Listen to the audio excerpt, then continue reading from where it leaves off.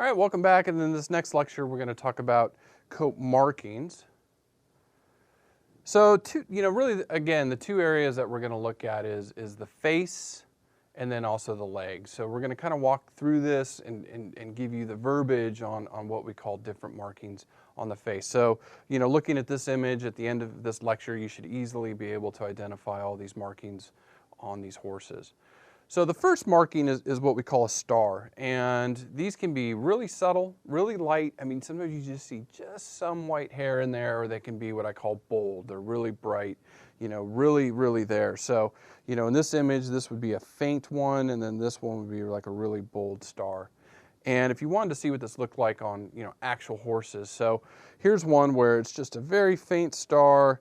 This one's kind of middle of the road, and not all the time, they're going to be different patterns. They're always not circular. And then here's one with a pretty bold star right there that's pretty out there. I mean, you can see that, and you're like, oh, that's a star. So that's what we call, any marking, between the eyes on the forehead. And then we'll jump down to the lips of the horse, and then we call this a snip.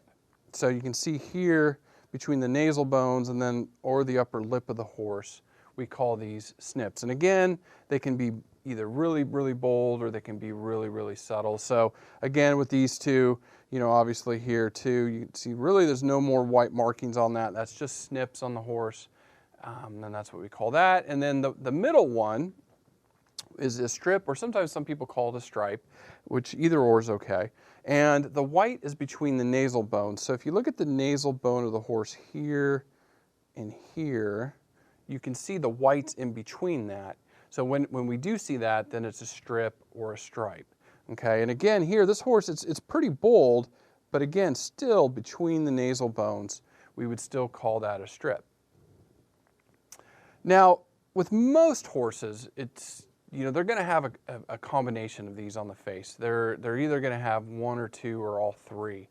And we also call these, we either say they're continuous or non-continuous. So continuous is, the best example, all four of these here are continuous, where, you have the star, the strip, and the snip. So in all three of them, they're all running together. Non-continuous is the example right here, where you do have a star, you do have a strip, and you do have a snip, but it's broken. So if you wanted to see this again on real horses, here's one with a continuous star, strip, snip. Okay, and then on this foal, you have a star and a strip, and then on this horse, you have a star and a snip. Okay, so pretty easy with the facial markings. Now, the one where people sometimes get confused, and that's between a strip and a blaze. Okay, a blaze, we consider it a blaze anytime that white starts to either meet or exceed outside those nasal bones. So this picture is a pretty clear definition of what we would call a blaze. Now again, seeing this on live horses, this one here, you can definitely see that it's got the flaxen mane and tail. You can see it's outside the nasal bones. It's clearly a blaze, and that's what we call a blaze. Now it gets a little tricky. Once you get these horses that, again, are in between, maybe somebody would say star, strip, snip. Okay, I mean, you can get away with that. But again, this you would probably clearly define as a blaze because it's meeting the nasal bones or exceeding a little bit of the nasal bones there. So that's what a blaze would look like.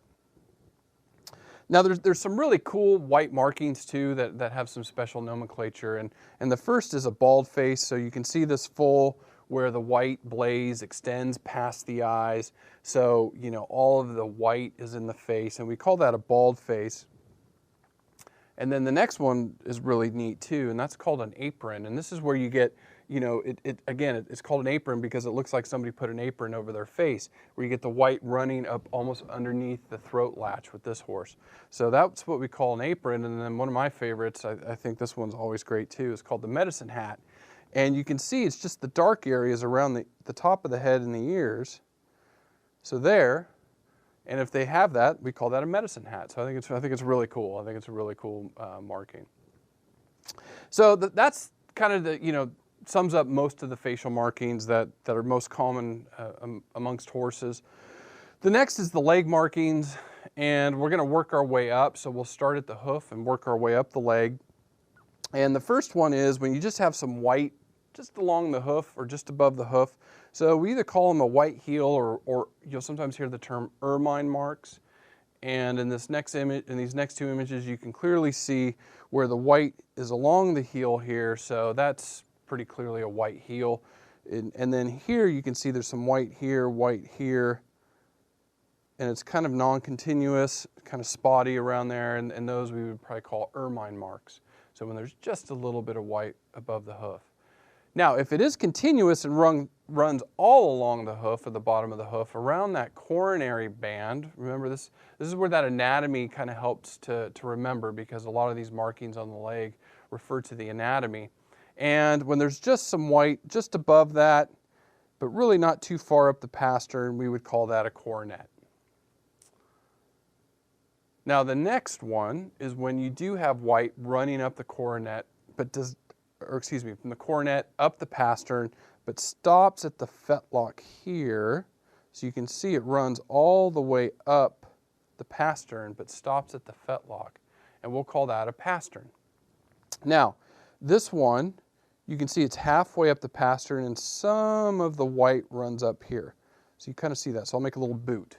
So there you go. So you can see where some of that white runs up. Some people may say that's a partial pastern because it almost looks like a coronet, but you have some white running up it. They would call that a partial pastern. So again, looking on a live animal, or what would be an alive animal rather than a picture, there you can see what is clearly marked a pastern. Now, when it does go above the fetlock, that's when we would call it a fetlock. Or sometimes you have that white running up partially. Some people may call that a partial fetlock. So here, you can see here where it's above the fetlock joint. So here's the fetlock joint here, and it's above it. Almost a sock, which is our next one, but not quite. So we would probably call that a fetlock. Now a sock, what we call a sock, is generally when the white runs up about halfway up the cannon bone. Okay, but does not go up above the knee on the front legs or the hock on the hind legs. So this is the hock on the hind legs. So the white is almost halfway up, but doesn't exceed there. So that's what we would call a sock. So again, looking at these horses, you can see the cannon bone halfway, that's a sock, halfway, those are socks. Now again, if it ran up here, you can see here, again, drawing that weird looking boot there, you can see where, that would be still a sock. So not quite the next one, which is called a stocking. So a stocking is when it actually reaches the hock or the knees or goes above it. So here's what we call a stocking. And then here on the left is clear two stockings on the hind legs. So that's what we would call a stocking. Now this next one, you do have a stocking here. Okay, so here's the knees. Okay, so that white is meeting the knees. But this one doesn't extend past the knees. Now there's a little bit of white here, but not quite. So this one we would probably still call a sock. And then this one we would call a stocking. Okay? Now the final thing we'll talk about with identification is these weird things called chestnuts, or some people call them night eyes. And again, this is what's so cool about horses, or equids, donkeys have these too, is they think this is a remnant from evolution where, if we remember, we went from 4 to 3 to a single-toed animal, and those toes migrated up the leg. Well, they believe these chestnuts is kind of just a remnant of that's still kind of around.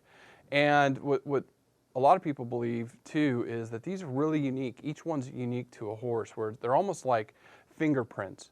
Now they do grow a little bit, so they can scuff off, kind of that dead skin on there.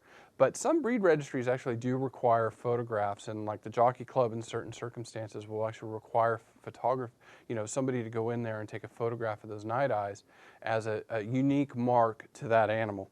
So just to be aware, if you're always wondering what those weird things were, that's what they are. So that concludes the end of week 2. And, again, this week we talked a lot about hoof anatomy, laminitis, hoof care, and then jumped into coat markings and coat colors. So just a reminder, take quiz 2. the quiz questions come directly from the lectures and the slides, so they should be very, very straightforward if you've been paying attention and taking notes. And also complete assignment 1, so that's going to be the due before the beginning of week 3, which shouldn't take you a whole heck of a lot of time. And you can actually, I made a video to clearly explain what the expectations should be for that assignment. And then you're going to be asked to do a peer eval of at least three of your peers that you can go in there and look at their assignments, give them feedback, give them a score, and that's going to be due by the end of week 3, the beginning of week 4.